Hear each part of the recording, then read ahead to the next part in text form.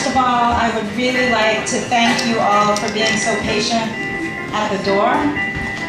Since this is our first ever event of this kind, we've had some growing pains, and your patience is, I really, really appreciate it, so thank you. My name is Leslie Ann Brown, and I have the distinct honor of moderating this historic first ever panel of women of color in Denmark.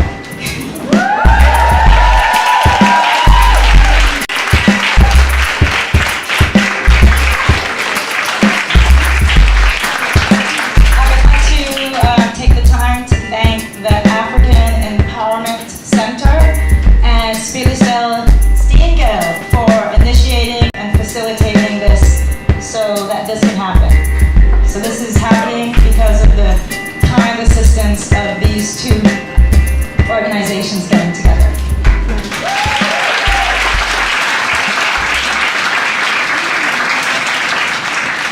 Too often rendered silent or invisible, we are offering a platform for women of color from various backgrounds to share their thoughts, experiences, concerns from each their own individual, unique perspective.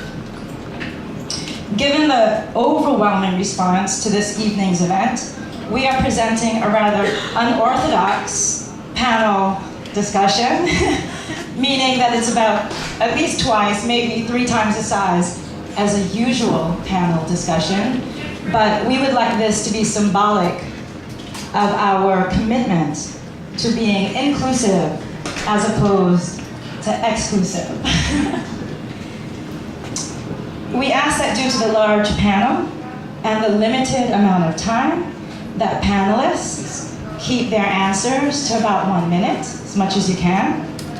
As this is a panel discussion, you, the audience, are very welcome to raise your hand, ask a question. It's a panel discussion. It's not a debate. It's not a fight. We're here to listen. And we need to create a space of trust and safety. That's very important, and that's my job, is to make sure that is maintained. And if any of you in here have ever crossed me, you know you don't want to cross me.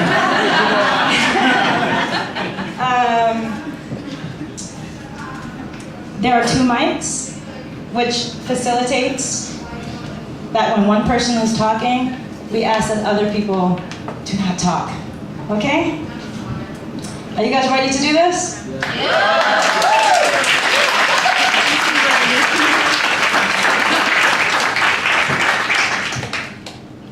I would also like to introduce Iman, who is from the African Empowerment Center, who's going to be facilitating the audience to panel questions. And so if you have a question in the audience, you flag Iman, and Iman will in turn flag me. Since we have a late beginning, I was going to introduce the panelists individually, but what I'll do is I'll go right to the first question, and as they answer, they'll give you a couple lines about who they are. Okay? How many of you guys in here know about identity politics? Yeah? So, exactly. Okay, so here we go. This is the first question. Sarah, I'm 21 years old, and I'm born in Copenhagen, and my mother is Ivorian, and my father is from Guinea, so I'm from 2 African countries, and I'm born in Denmark. Like my own experience, it's really hard, because like as a black woman, you are taught like all of these, how do we call it, passive racist things throughout your childhood in a predominantly white society. You are taught that color doesn't matter, and I don't see color, and that's a big problem, because like people we do see color, and as an African woman growing up in a white society, you're basically just taught to assimilate. You are taught that, oh my God, when you wear a weave or when your hair is relaxed, well, it's so much better than when you're just you. And then when you actually do wear your fro, which I started, #TeamNatural.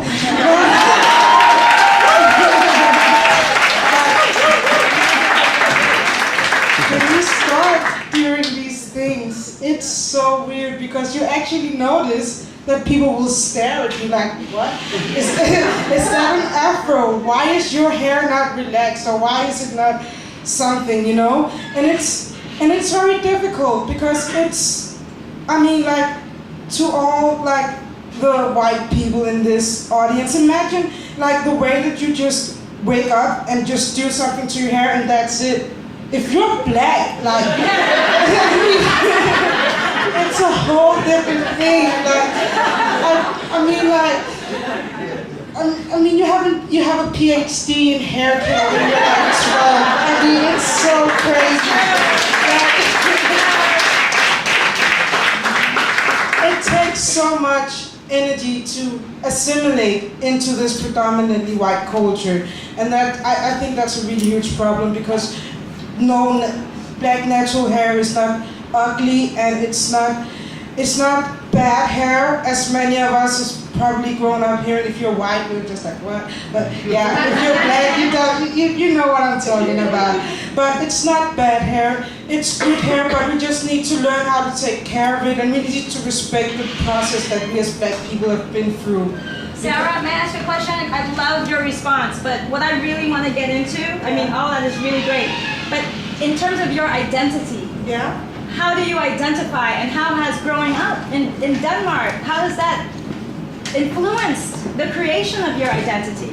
Okay, well, it influenced me a lot because, like, when I was younger, I would assimilate into Danish culture, like, so much because, like, everywhere, like, as a child, I was very vulnerable to the image that was painted about Africa and black people. So it would always make me wonder, like, every time I see something about Africa, oh, it's poor people, it's war, and, you know, it makes you think, well, Africa is negative, and where I'm from is negative, so I'm so lucky, and I'm so blessed that I'm in Denmark, and I'm an exception, and I can be a part of this good white society. And I think that had a huge impact, because I think the thing that people kind of forget, that black people are racist too, but the way that racism like infected me is that I started to hate myself because I hated black, you know, so. Thank you, thank you. Thank you, Sarah. And we are going to hear from her man, Kamlali. Shamlali, what a beautiful name. Thank you. Introduce yourself in 1 or 2 words before you answer. Okay.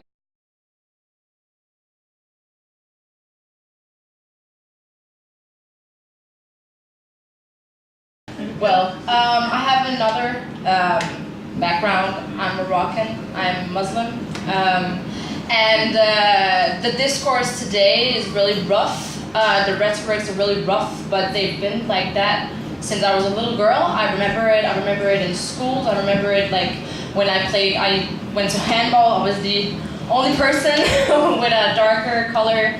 I would hear it from parents.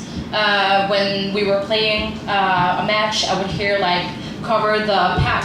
I don't know the word in English. I don't think we have it in English. Yeah, that's a good point. But yeah, I would hear that a lot, and I would be constantly reminded that I was different. I would be reminded when I had to eat because I needed pork, and I needed pork. I didn't eat pork. Like a Freudian slip.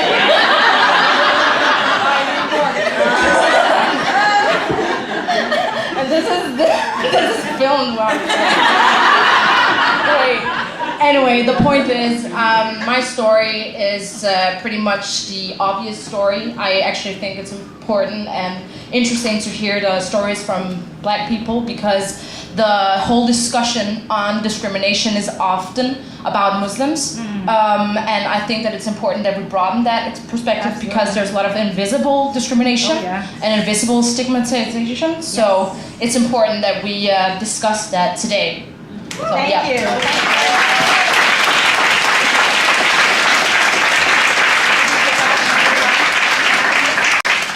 Hello, my name is Nerea Otieno. I'm from San Francisco, California. I think there's two of us on this panel that were not raised in Scandinavia, and I'm one of the two. My father was born and raised in Kenya, and my mother is Swedish, Danish, Jamaican, and Chinese. So she is very confused, and her hair is real weird. But I moved to Denmark in 2011 to do my master's in cognition at Copenhagen University, and I've been here ever since. In terms of identity forming, growing up, I was in an area of San Francisco that was predominantly white, which my parents, is actually predominantly Asian, 62% Asian, and my parents had chose it for the education system. And I'm very happy that they did that. I had a great education, public schools and all that. But again, it's when you don't have anyone, I was the one black girl, I was the one, this and that. And you don't have anyone that looks like you, and then even my mother, we actually look a lot alike, but when I was younger, I didn't recognize that because she's so much lighter than me. And when you don't have some sort of reference point, I think it's really difficult for you to understand what is okay or what isn't, and then just ideas of what I could be didn't really come to me until I saw someone else that had it.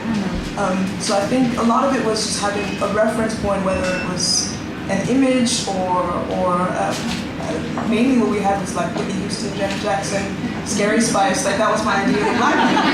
Straight up, like seriously, that was my idea of what it was.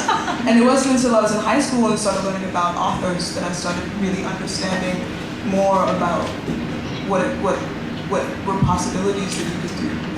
So that was a big formation of my identity. Thank you very much. So what we're hearing is the importance of having role models.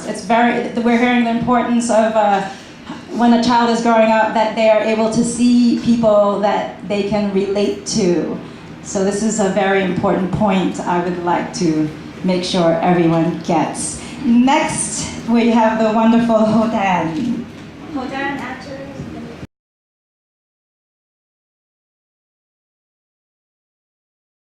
Hello, my name is Hodan Ismail Mohammed. I am a Somali, Danish, or whatever you sort of call that. I am 29 years old, and I came to Denmark when I was 12 years old.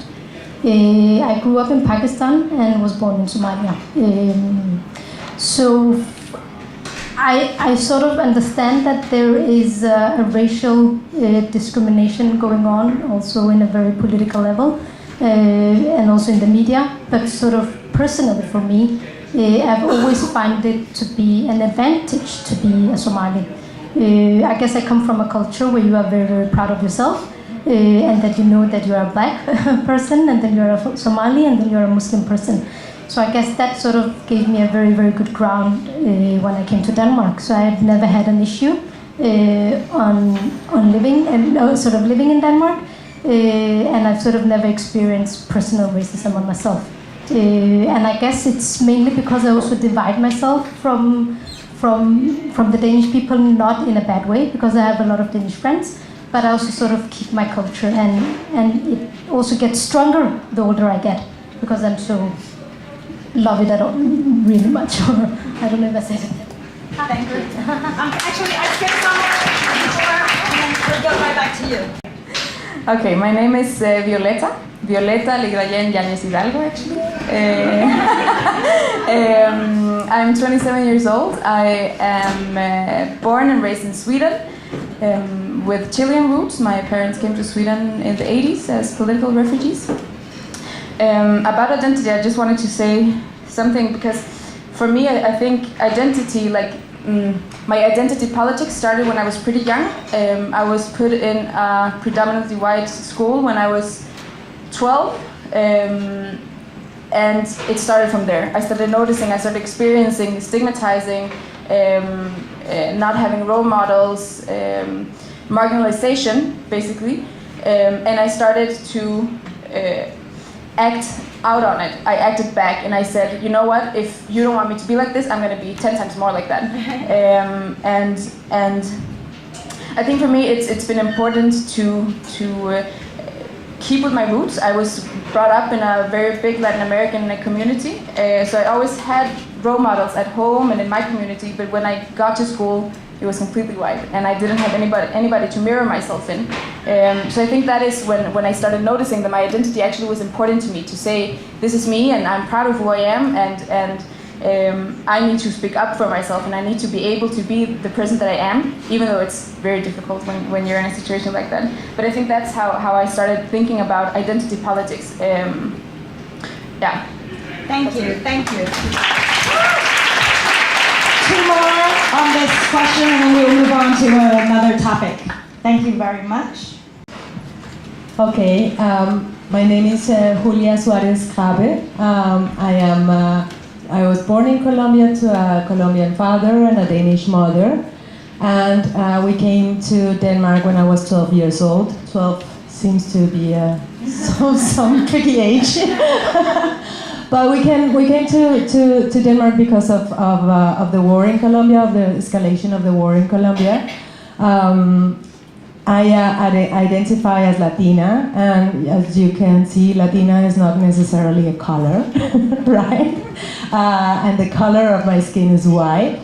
And this is very important in relation also to how I have lived these issues of identity politics here, because I could pass very easily as white, and I have often been invited into whiteness in the sense that, oh, but don't worry, you're Danish, you know, and your mother is also Danish, but that means that I would have to deny a whole part of my kind of kinship ties, and also the whole issue about that the reason why we came to Denmark was not because we just came to Denmark, it was because of imperial wars that made us come here. And I think that is very important. So that is one part of it. And the other part of it is also that because I know that my skin makes a difference, this is also true that skin color makes a difference, right? So racism is also about the color of your skin. It's also about culture, but the people, Latinos like me that can pass, I think that we often are bad at thinking about how we actually, the ways that we might experience racism is peanuts in relation to how other people of color experience racism. And in many ways, what we also, or part of the Latino community tends to do is to play into that game. So also playing into this discourse and racist logics in racism. So basically, I work and I identify a Latina, but I also think it's very important to think about that because we have a global system of racism, there are also differences between us, and some of us are more privileged than others. Thank you. Before I give the mic to Yanaba, I want to just take a quick poll. How many of you would describe yourselves as not seeing race? Can you raise your hand? Are there any people here who does not see race? Anyone? No one wants to. Oh wow! What a. Hey. Hello, my name is Yanaba, and my family originates from Sierra Leone, a small country in West Africa, and from Denmark. A part of my identity is being a mom. I have a 12-year, he's 20!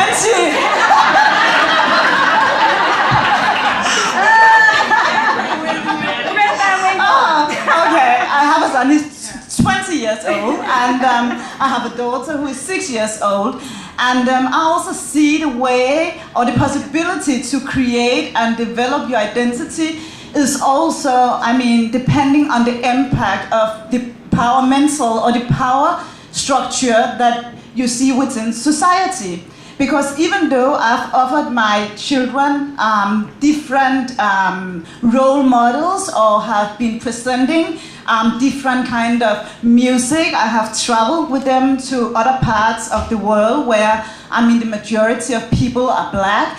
And still now, my daughter, when she was like 2 years old, she tried to rub off her skin. She was sitting like this.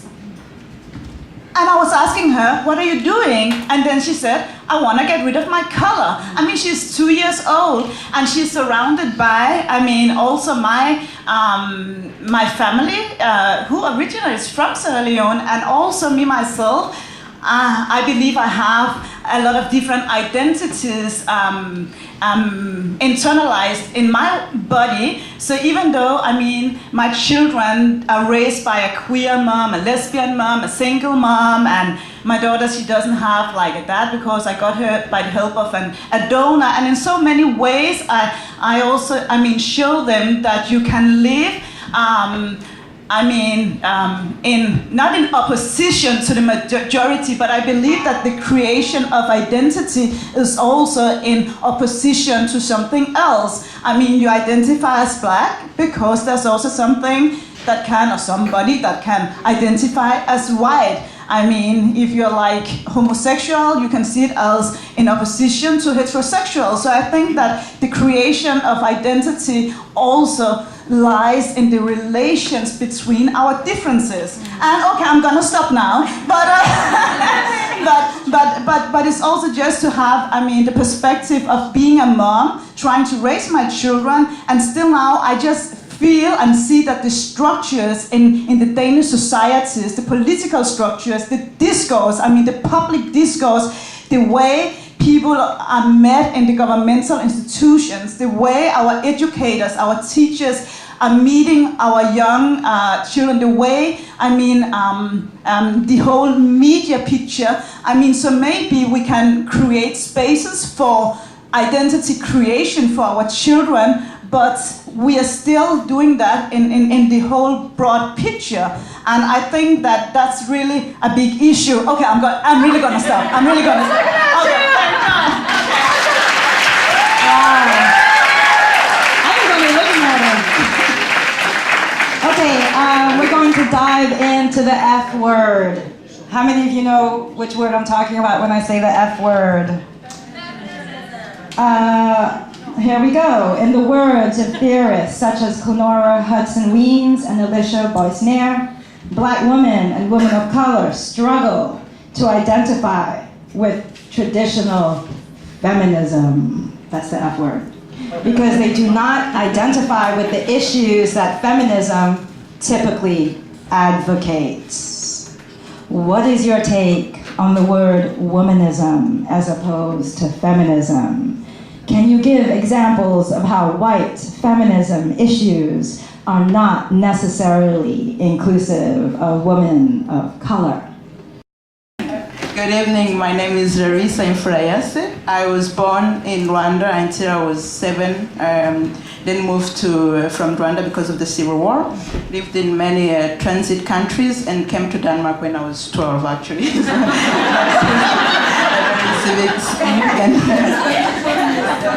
My take on feminism, I started identifying with feminism through my late sister, who died 5 years ago, because she read a lot and she was very enlightened, and she started seeing herself as a woman, empowered and independent.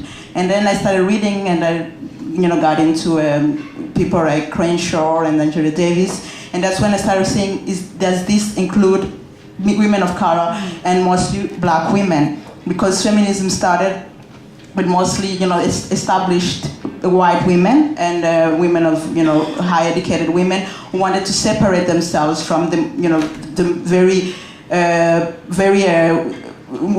significant men's world. And that's when I started wondering, does this include black women? Does this, benefit black women? And I started studying, and even, studies shows that it really, that it's not extremely inclusive of, really inclusive of black women. It does officially, but doesn't really, because when you see in terms of employment, education, and, it doesn't, black women are not really included. So that's why I started asking myself as a person, will I, am I part of this movement? Does this include me? And that's when I realized that it didn't really, because I have issues that are not taken apart as, for instance, when they talked about identity, people say, I don't see your color, I don't see your struggles. And it also, I come from a continent and a country that has been affected by imperialism, that has suffered from from civil war. So that caused the fact that when you start to struggle, when you build something,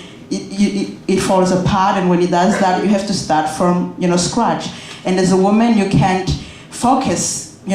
I think as a black woman, as an African woman, we don't have a platform yet to focus solely on feminism or developing yourself as a woman at all, because we have many other issues to fight against, inequality, education, lack of access to true, to real education. We still, domestic violence, and some women in African countries can't read or write, and even the way we're portrayed, we're either victims, angry, nagging. So that doesn't include us in the official, how can I say, term of feminism. So that's my opinion. Feminism. It's really interesting because in most indigenous cultures, the women are actually pretty equal with the men. So it's interesting that it's being discussed in this framework. There's a member of the audience that had her hand up. I'm going to just take a departure from the panel. We'll decide who's next, but I'd like to give you the microphone. We would like to listen to the audience. Thank you. Oh, I'm so sorry. It's about the previous question okay. about political identity. Go for it. Ja, nå. Jeg hedder Walia, og jeg kommer fra Arbejdslund. Okay. Bam. All right.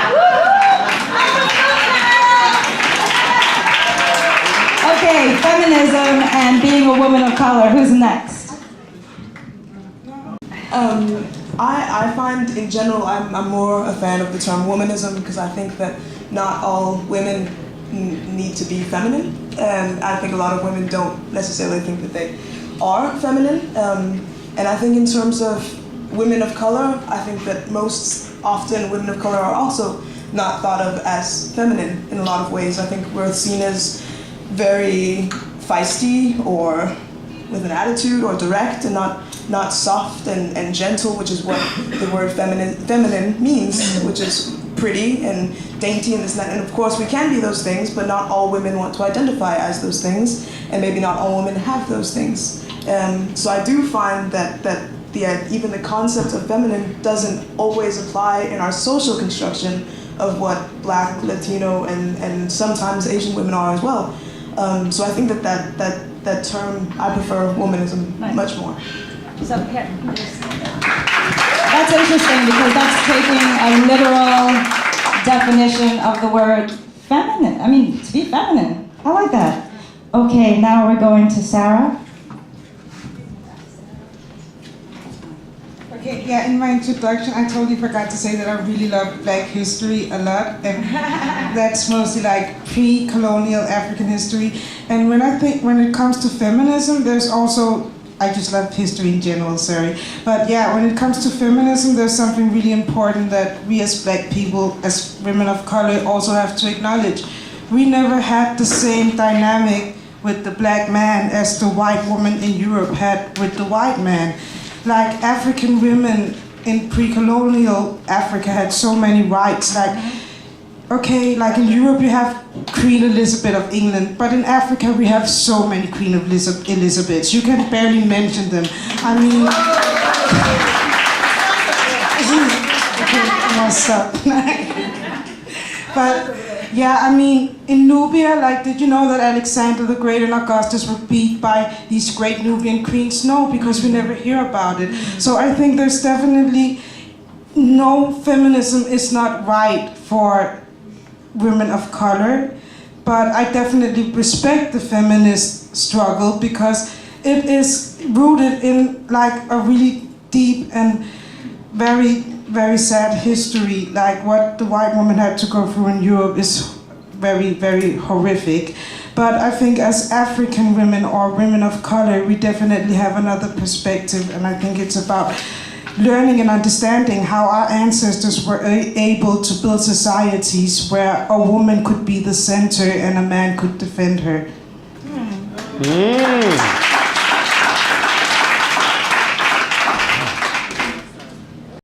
I don't have anything smart to say to this question, but I just would like to introduce myself. My name is Nasreen Billy, and I was born in Somalia.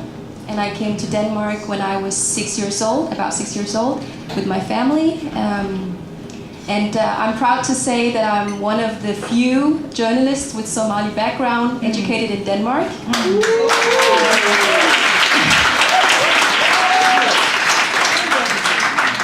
And in that sense, maybe I can call myself a feminist because people see me as a role model. Good. So you do identify with the word feminism. As a feminist, you call yourself a... I wouldn't call myself a feminist because I can't really identify with the issues, the women issues that are talked about. Give me an example. Okay, well, like the wage gap. You don't experience the wage gap? No. I find it very difficult to find a job, so that's my first priority. Okay. No, I can't really identify with that because I'm not at that level yet. And I think talking about women on boards, it's not really an issue for me either. But I would like to see more women in executive boards, of course. So, but I don't really call myself a feminist. I just call myself a woman, like you said. Yeah. Okay, thank you.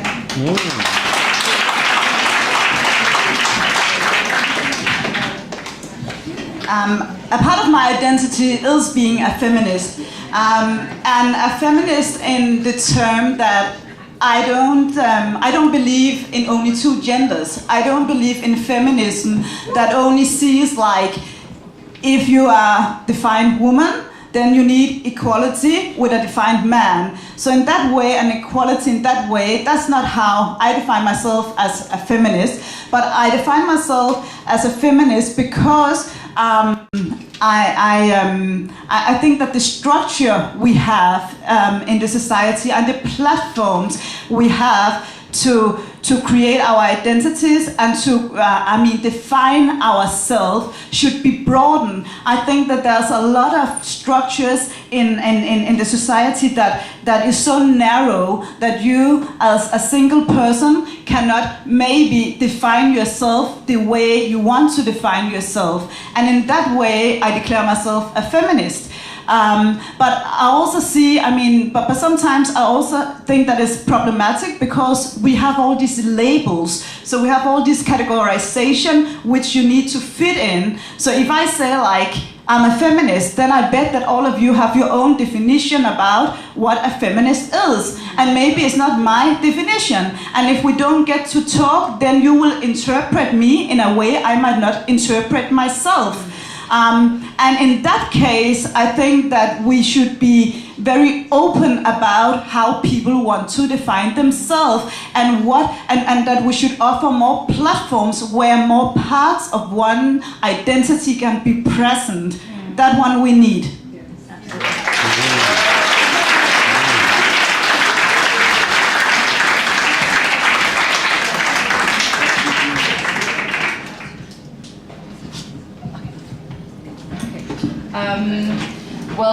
First of all, when it comes to feminism and womanism, the interesting part of it is that there was a need for a change in terminology. That's a normal thing in theories. That's you need in time.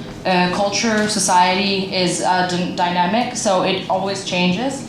And that's the main reason why you had to change it, because when you change a term, then you also change somehow the social settings. It's important that people understand, just like you say, that feminism is extremely loaded. And as we've seen the last couple of years, it's also extremely commercial and extremely mainstream. And I believe that feminism is a natural thing like breathing. I believe that everyone is born as a feminist because that's just how it is. But the thing is that the way feminism was, it was a fight from the middle class white women, and they were predominantly fighting for women's suffrage, and we needed in that time to change that to include a complexity of women's issues, and that's mainly the reason why it changed, and I think that's important to embrace. And it's therefore really, really hard to label yourself because a decade from now we may face other things. And the last point is when you said that you couldn't relate to the feminist struggle. I think it's important that even though you don't face the struggle yourself, that you have a solidarity to the struggle. And I believe that it's important that you do that as a woman, but also as a human being, because equality is important for everyone. And even though I don't face it myself, I need to have solidarity or fight, because sometimes people can't fight. And that's the reason why it's important that people, they take the battles for people who sometimes are too weak. Thank you.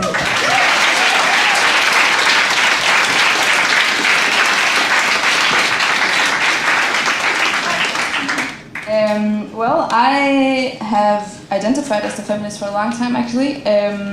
I think it is important, though, to note that feminism can also be a broad spectrum of what you yourself define it as. I think there's been a long discussion, a long debate lately about something called white feminism. For me, this is a kind of feminism that doesn't include intersections of what you can experience, what kind of oppressions you can experience in life, because you are not solely a woman, you are not solely a man. You can be what is the difference, for example, between a white woman, the oppression that she experiences in her daily life, and a brown man? They don't experience the same oppressions, and they can both experience oppression. So I think in feminism it's also important to realize that you are not only one thing. You can be many things, and you have to, in feminism, you have to acknowledge that, and you have to take that into consideration when you talk about these problematic things, because otherwise you just end up excluding a lot of people.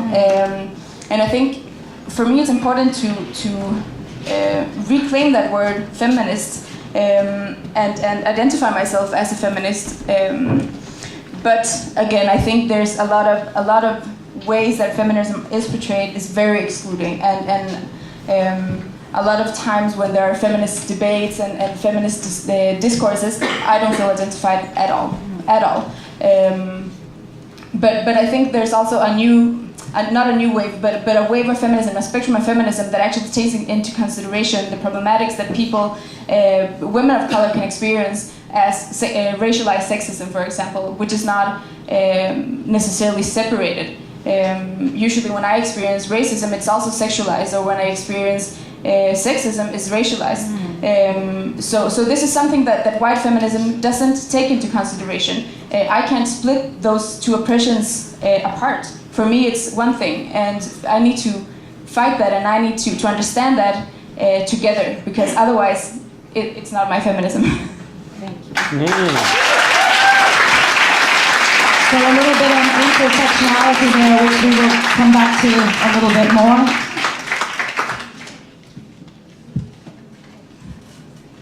I would just sort of add, I would not sort of try to discuss the theoretical issues in womanism and feminism. I would just like to say what Violette was saying, that it can be sort of feminism can exclude some groups of women, and I guess that is sort of based on the culture that I come from, and I know.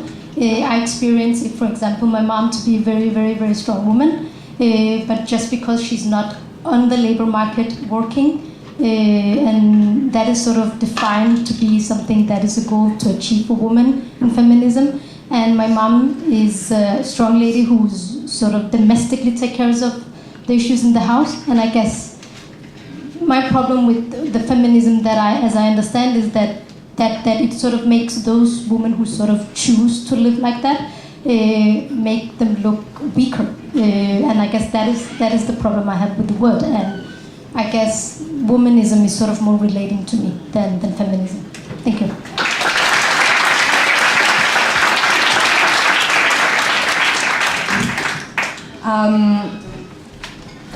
I think I have my mother, my Danish mother, is a feminist. Was a feminist. I was kind of raised into that until the day I discovered that white feminism was telling me that my father and my husband were oppressive, and that they were the problem.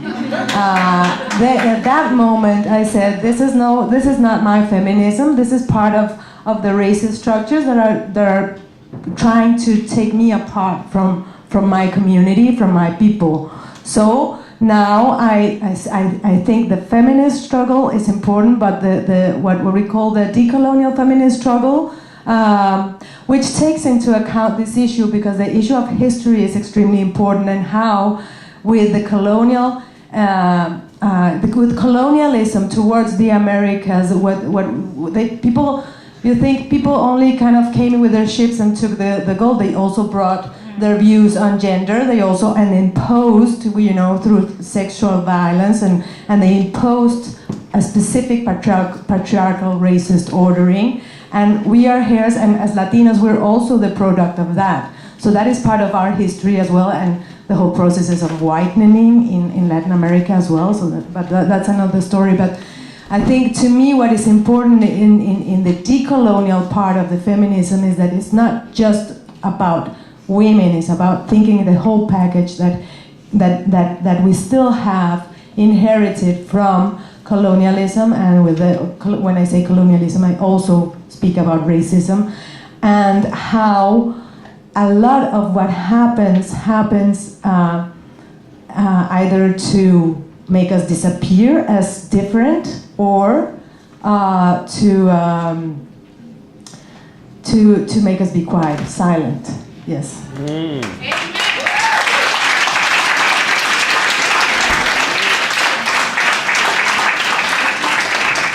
Thank you very much. I would like to invite a member of the audience. Can you, Yay. Is the other mic working?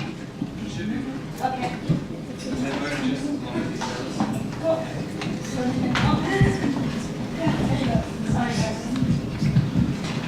Hi, my name is Jamise.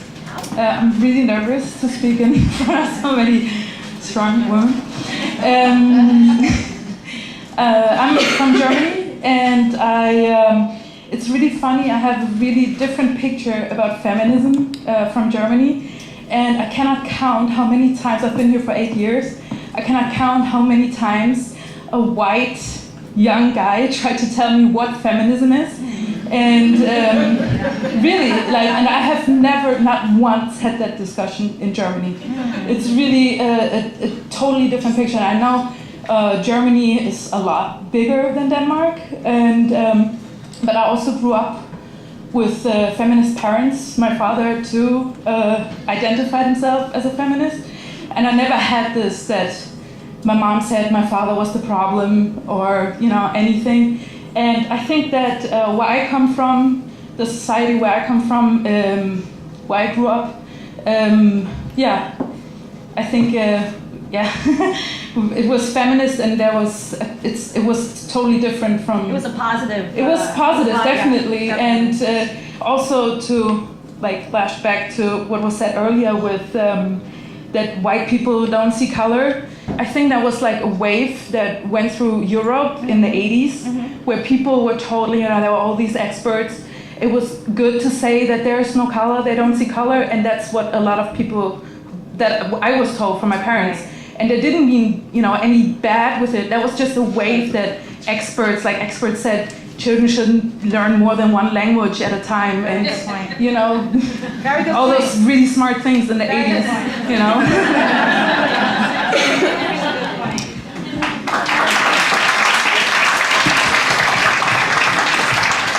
Very good point, because that is where it comes from, this idea of not seeing color. What I realize when I talk to a lot of people who say that is that when you talk to them and you go back to that period of time where they became or started that conditioning, it actually comes out of a space of not wanting to be racist. And what a shock you get when someone of color is in front of you and gets insulted. That, what do you mean you don't see color?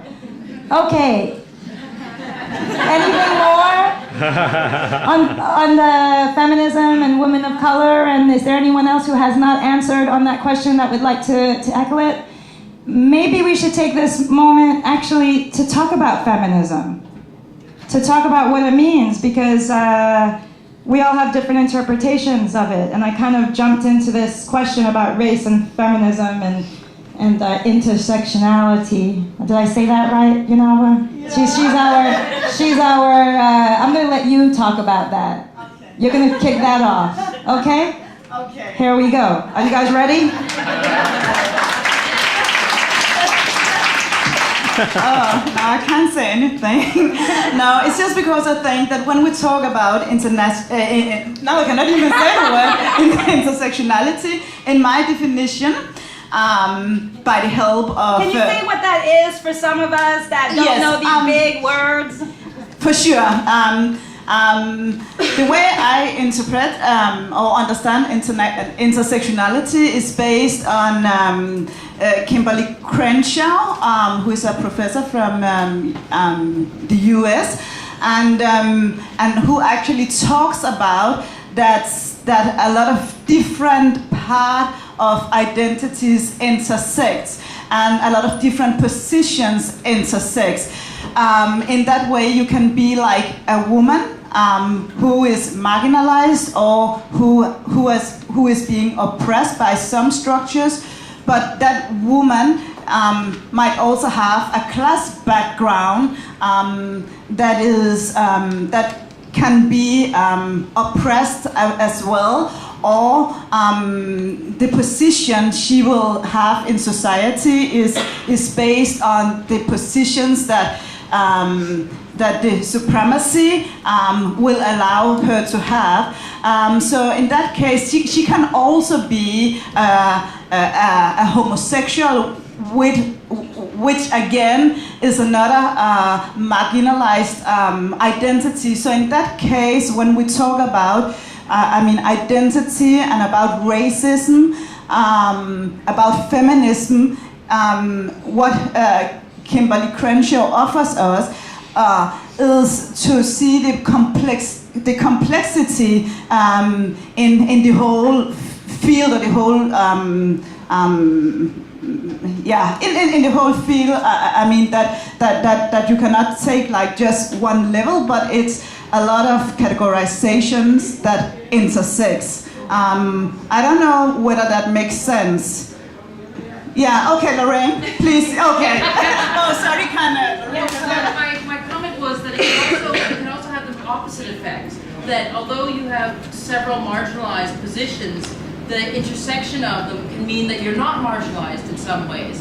I'm a black woman, but a black homosexual woman, but in the majority society, my homosexuality is invisible because I'm a black woman, and that's seen first. Yeah. Thank you. Anyone else would like to take on the topic of what feminism means to you? Intersectionality, get more into that? Anyone from the audience, anyone else? I hope you can help me. I'm struggling with this about white feminism and the fact that there's this criticism about it being exclusive. It's not their struggle. I think white women, they have their issues and they struggled for them, and I feel it's a little bit the opposite of empowering.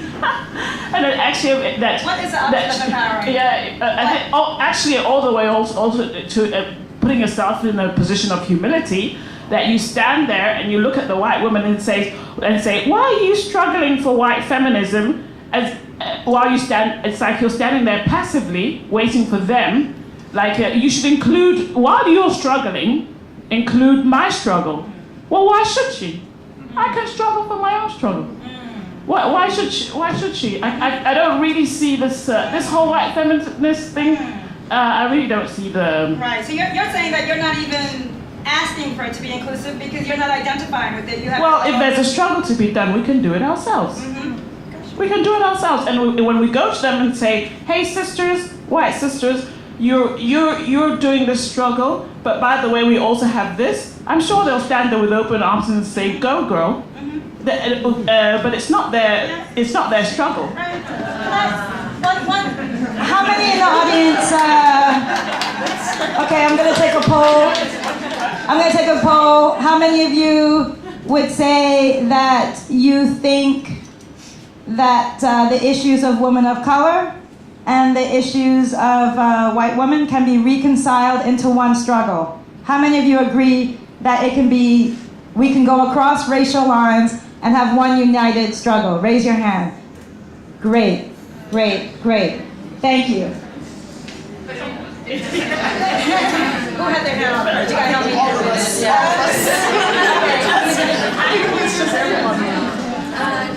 Okay, so I'm gonna give it to you, and you're gonna hand it down. All right? And you guys? I have two points to that, to your question actually. Because I think it all, in my opinion, it all started with colonialism. And let me answer, I'll try to do it very quickly. I think when it came and, with imperialism and colonialism, like you said, it didn't only bring gold or it didn't just take slaves, it also brought its culture. And when it brought it, it sort of forced black women to move very fast and to move in the direction of the white women development. And officially, you see white women say, we are fighting for the same cause for all women.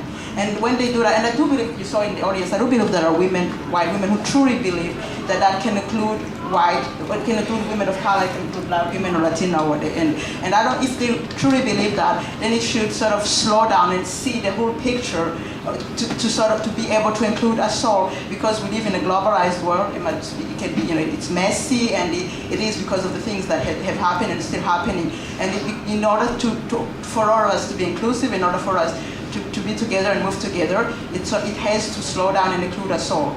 And it's not that she has to, I don't think that a white woman say, okay, I've struggled for my own fights, I've fought for the right to vote, the right to work, the right for maternity leave and all of that. Why should I slow down and fight for you? But because the world, I think for me, because the world is the way it is, and I would truly believe that it's possible for us to live together, move together. But it has, because the development is not the same for women of color as for white women. But they will have to slow down for us to, not because we're slow or less working or dumber, but because the world has been structured socially and economically that way that we have been left behind, and nobody has yet until now to acknowledge that that's why we're not able to move along or develop in the same sense. Thank you. I just wanted to, one thing, just to kind of give some kind of perspective. Alice Walker, who calls herself a feminist, she once wrote actually that the reason why white women were able to progress so much in the feminist movement was because our mothers were cleaning their houses and taking care of their kids. So it kind of shows you right there, but she calls herself a feminist. So I'm not saying either or, but I'm saying that actually paints very accurately what a lot of women of color feel towards the word feminism. And here we're trying to get a deeper understanding of everyone's perspective. Thank you. Yeah, I would like to add great points. I think it's an interesting point because I think that it's a question that you can ask about every single struggle in the world. Why should I help you? I have my own problems. You can say that about the refugee question right now. Why should I help you? I'm here. I'm safe. Why don't you go to Turkey? Why do you want to come here? And I think it's important that when it comes to the women's issue, to make it more specific. The feminists back then, they used a terminology that included everyone, but the way they acted was exclusive.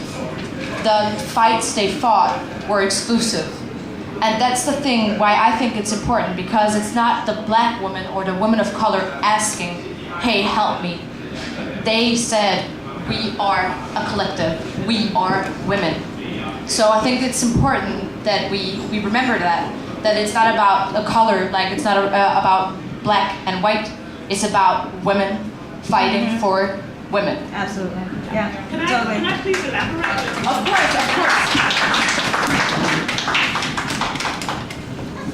Yeah, this is why I mentioned this at the end about how if we go to the white women and say, because a lot of the issues are common: voting, spouse violence, and so it's common.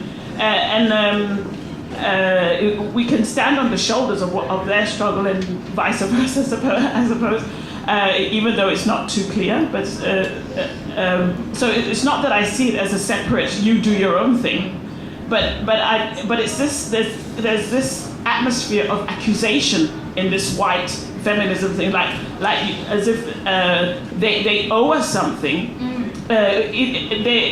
I don't feel they do. But and I'm quite sure that if we tap them on the shoulder and say, by the way, we have this struggle, they'll turn around and say, hey, let's do it. It should be approached. We should work together, yes, and they will also be able to help us lift something, and we can give them something as well. But it should be. I'm searching for and hoping for an eye-to-eye. Equality, ligeværdighed. So you go to them and say, let's work together, instead of going to them and say, you're struggling on your own, you've left us. And stand up side by side and be the strong African black women that we are, because we have a lot to give. And it's also, I came to Europe when I was the magic number 12.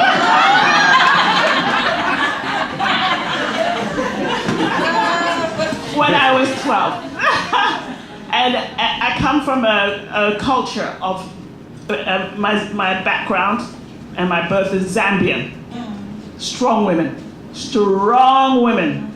You know, when they, African men can fight a lion. They can stand up and fight a lion, but they're afraid of the women. Yeah. I would like to take one person from the audience, and we'll come back to the panel. Thank you. My name is Evelyn. I just think it's interesting in terms of the terminology, because I think we really have to separate or acknowledge that there's a plurality of feminisms, and that for me, unless my feminism is intersectional, it's actually not feminist. And we really have to recognize, race, gender, class, sexuality, ableism, all these things in the one struggle. But having said that, it's not necessarily a united struggle. We don't all stand on the same basis. But that's really important to acknowledge, I think. And white feminism has been really detrimental in doing a lot of harm. But it needs to be separated from intersectional feminism, which I feel now is more encompassing. But I don't know if the panel agrees. Really good point. It's a plurality. Nothing is singular.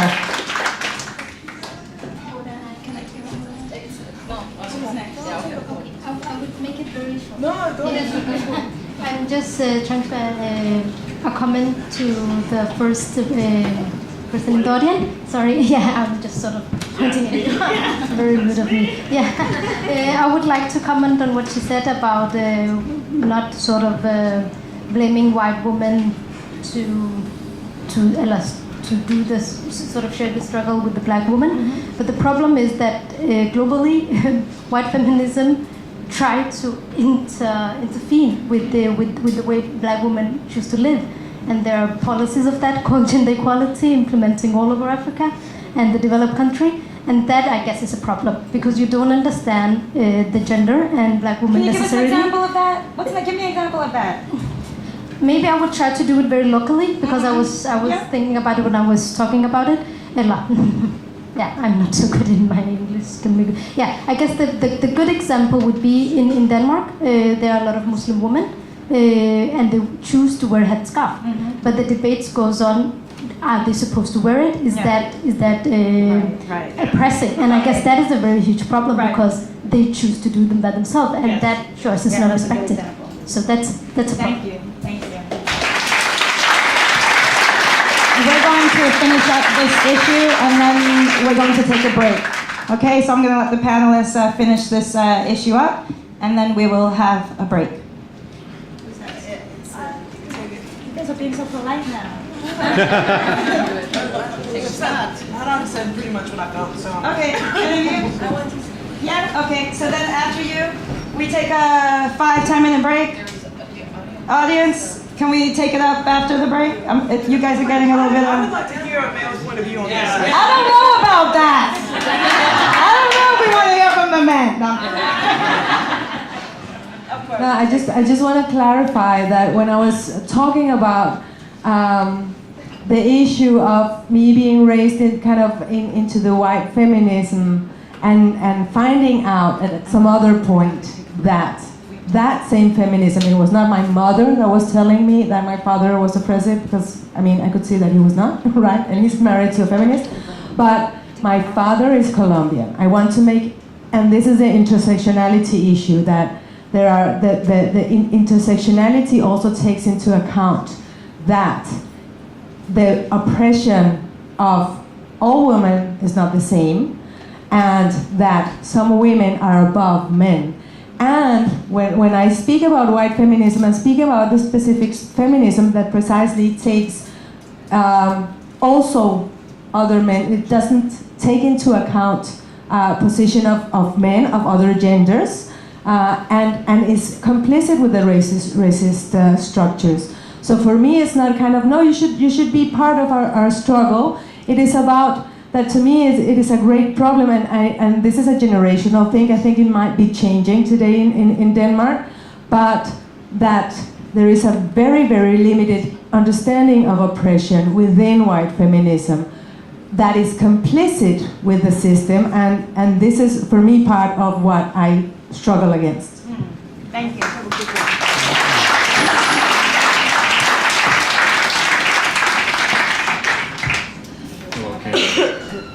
So all eyes on me now because I'm a man.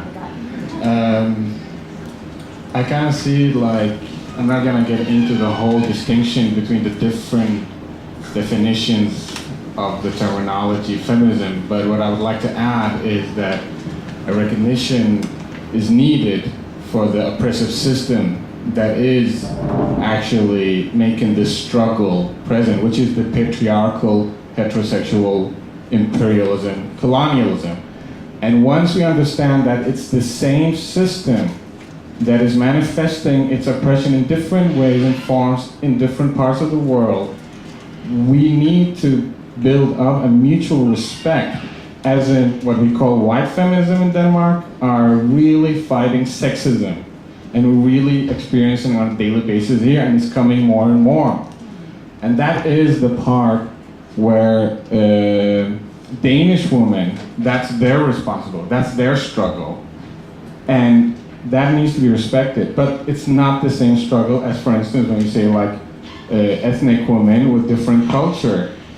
They don't necessarily want to liberate themselves from that culture. They want their own process. So when I see it here, I see a lot of looking at the different forms of feminism and how we're doing it. But I feel it's very important that we address the system itself and kind of see how does it manifest its oppression in different formats. That's it. Thank you.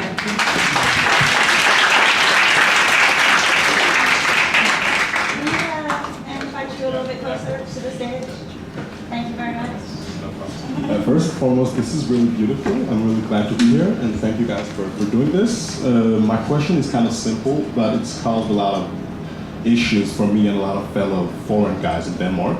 And it's whether you, the panels, whether you see yourselves as foreigners or black and dark women, or whether you see yourself as foreigners first or women first. Like what's the most important thing when you think about your own identity? Because that's been a question of great matter for a lot of us guys. That's a great question, and we will take it up when we come back from the break. We're going to take one more point about the question that we're currently talking about, and then when we come back, we have a date with that question. One just quick thing, kind of tying back, it's just to keep our mindset when we're talking about all this. I think in terms of white feminism and intersectionality and how we're discussing our own identities and how they're built and how they work within a very complex society and the different struggles and all that, I would like to ask people to make sure that of course there are different sections, that there's white feminism, there's intersectional feminism, there's queer feminism, there's all different types. But when we make such strong distinctions, I think a lot of people are caught in the middle. And as someone who identifies this way, though does not look this way, I think to separate white feminism and other feminism for biracial kids would be real tough. Yeah. And there's a lot of issues that I've had with my mom where I feel like I'm picking sides between my mom and my dad, and that was, I'm sure you had the same between your dad and your mom.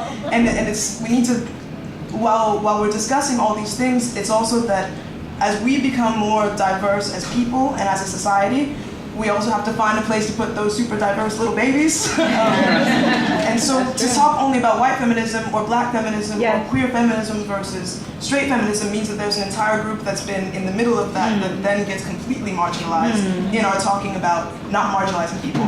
So that's just something that I'd like to keep in mind while we're having our questions. You said that about 2 hours. 10 minutes break.